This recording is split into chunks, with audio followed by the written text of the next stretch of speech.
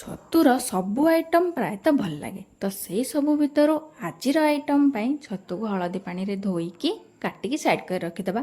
ଆଉ ଗୋଟେ ଜାଗାରେ 2 ଚାମଚ କର୍ଣ୍ଣଫ୍ଲାୱାର, 2 ଚାମଚ ମଇଦା, 2 ଚାମଚ ଚାଉଳ ଚୁନା, ସ୍ୱାଦ ଅନୁସାରେ ଲୁଣ, ଲଙ୍କାଗୁଣ୍ଡ, ଅଦା ରସୁଣର ଛେଚା ପକେଇକି ଅଳ୍ପ ଅଳ୍ପ ପାଣି ଦେଇକି ତାର ଗୋଟେ ସ୍ଲରି ବନେଇ ଦେଇକି ସେଥିରେ କାଟିକି ରଖିଥିବା ଛତୁକୁ ପକେଇକି ଗରମ ଗରମ ତେଲରେ ପୁରା ନାଲି ନାଲି କରିକି ଛାଣିଦେବା।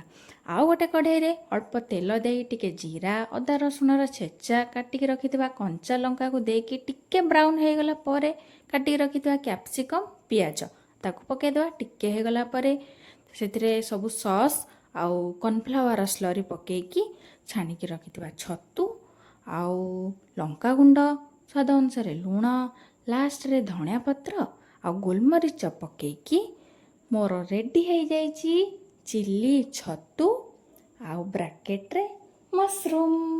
ବହୁତ ଟେଷ୍ଟି ଥିଲା।